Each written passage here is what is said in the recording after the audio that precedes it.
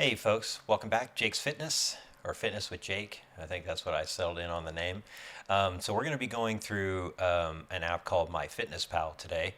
I talked a little bit about this app. I'm not endorsed by them at all. I'm not paid by them, but this is the app that I've been using for a couple of years now, 2, 3 years, to capture my calorie goals and capture my calories as I eat.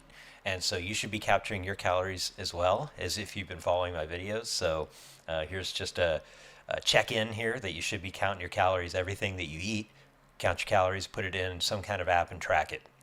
So we're going to go through setting that up in MyFitnessPal today. So I've got an Android phone here that is now locked. Okay, there we go. Got it working. And so I've got an Android phone here. So if you're on iOS, I could try to shoot an iOS video. It is a little different on iOS, but just bear with me. We'll do Android first, and then maybe I can yeah, I've got an iOS device I can do this on, so I'll grab an iOS device and put out another video, an iOS version of this video. But in the Google Play Store, just search for MyFitnessPal. Watch out for the sponsored stuff, and maybe some other doppelganger type apps. I wouldn't be a good cybersecurity guy if I didn't warn you of that. But this one is MyFitnessPal Calorie Counter. It's got 2 million reviews, so it's pretty hard to miss. So we installed it. I'm just going to open it, and I'm setting this up just like y'all. Like I've never used it before. And so you won't have a login, so you need to sign up for free. So I'll click on that. And then it says, welcome, let's customize your goals. And so I'll just continue here. And so my goal is essentially to lose weight, and I want to gain muscle too. That's in mind, but you pick yours, right? And then it says that, it's not easy. In the past, what have been some of your barriers? Okay, lack of time, absolutely. Healthy diet, lack of variety. I don't know. Food cravings probably was a bit of mine. Healthy food's too expensive. That's a true thing. Cooking was too hard or time consuming. That was another one of mine. So, okay. So that's just basically just tuning their algorithms to feed you ad content probably. So what results do you want to gain from achieving muscles? I want to bulk up. That's kind of what I want. All right. Let's see. What's your baseline activity? I mainly, that was kind of quick. So it looks like they've got not very active, lightly active, active, and very active. So if you're at a desk job, you're going to be not very active. If you're a teacher or something like that, you're going to be lightly active.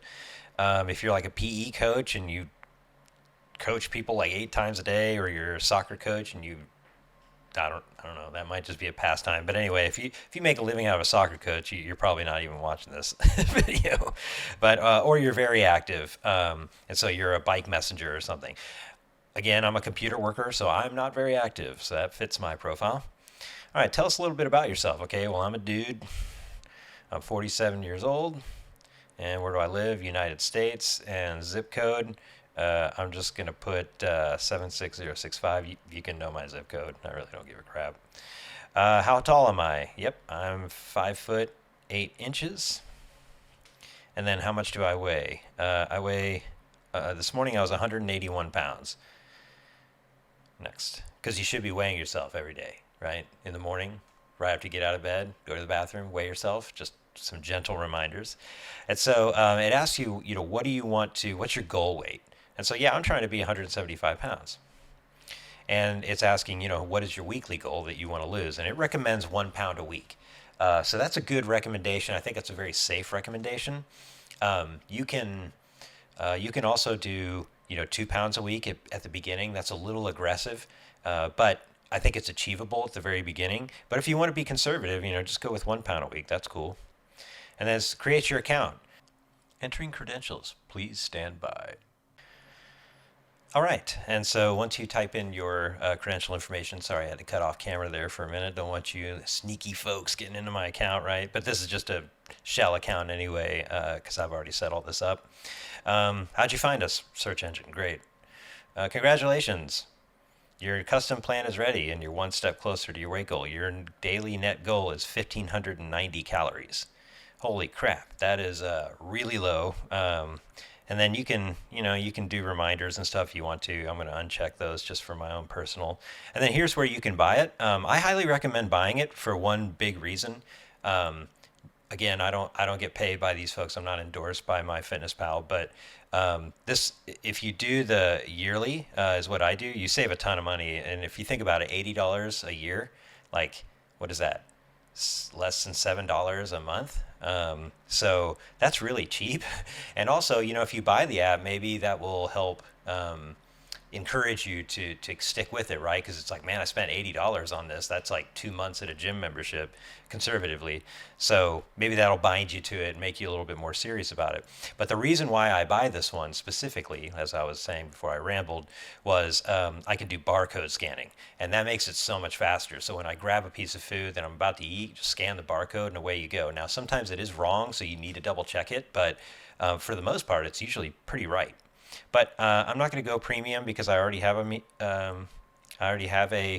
plan. So I'm just going to click the X in the top right, and you can do that too if you want to. If you just want to try the app for a little while to see if you like it, and because you're experimenting with apps or whatever, you can do that too. That's cool. Okay, so here it is. I've got my goals already set up, so that's a good start. And then maybe I'll do a later episode where we get a little bit more sophisticated in tracking macros and stuff, and I'll show you how I plug in my macros. Because remember from previous videos, I talked about like I have a macro goal of protein specifically of 200 grams per day. So this is pretty rough, man. 1,590 calories as my base goal. Now that assumes no exercise, right? So that's if I basically just sat around at my desk, didn't really get any exercise whatsoever, I would eat. This algorithm estimates that I will need to eat 1,590 calories to lose 1 pound a week. But anyway, so that's fine. We'll just do that. We'll go with 1,590. And if you haven't had a chance to use an online calculator yet, you can roll with this and just kind of see what it is. Remember, you need to kind of do your daily weigh-ins in the morning, right? Right after you get up, go to the bathroom, weigh yourself every day, and then you can actually enter that weight into here. I'll show you where to do that. There's the weight right there. So every day you can just click on add, and then say there's an icon in the way here, and I can say, hey, I was 180 today, and the date, and then you can even take some progress photos. If you want to, you can do the progress photos. I didn't start out doing that. Because I had a lot of photos of me, just in general. Not a lot. That sounds weird. I have a lot of photos of myself. No, I just had family pictures and things like that where I could tell I was pretty heavy. But if you want to, like for men, if you want to take your shirt off, take a picture and put it in here, that would be okay. I wish I had gotten some real early pictures, shirt off for me. But I actually did get some, I started taking some a little bit later, and it does help. Maybe at the beginning, though, if you just have some photos or something, you can just use that. Totally up to you. I don't know how you feel about online privacy and things like that. Maybe you don't want to do that. Maybe you want to use a Polaroid camera and keep the photos on a Polaroid so it's not digital at all. I totally respect that. Okay, great. So in here, that's where you kind of start every day, is on this main screen here. And so if you click on the calories tile, you'll see it kind of breaks it down for you. Okay. So when you're ready to log food for the day, you're going to click down here on diary down at the bottom. And so in this diary, this is where you're going to log your food. So for example, this morning, I recommend that you log your food right as you're eating it at first, because I don't know about you, but I can't even remember what I had for dinner last night, right? Sometimes. So, because I was really tired after I mowed and stuff like that. But this morning, I can remember pretty good. So I had oats. And so I'm looking for my oats here. And so one thing to point out here, you see the little green check marks there? That's a verified food. And you can filter by that. Try to go to those because those have usually been verified, although I have found that some of those are wrong. So always double check it at first. But as you eat kind of the same things, if you if you're somewhat human, you typically follow patterns, so you buy maybe the same brands every time and stuff. So once you kind of verify it, it'll be in your history, and then you can just you don't have to check it anymore. But I need to be a little bit more specific. I think the ones that I ate this morning were called like Farmer something like that. No, not Sprouts. Okay, so then I'm going to filter on this. Yeah, Farmers We Know. That's what I used. And so this will do five. Okay, so it says timestamps for food entries. Okay, no thanks. I don't want to learn any more about that. Oh, interesting. So they locked out time as a premium feature.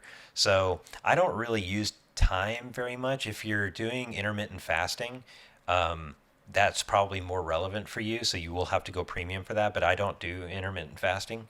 And I can do a whole episode on what I think about intermittent fasting. I don't disagree with it, but it just doesn't. I don't know. It just doesn't.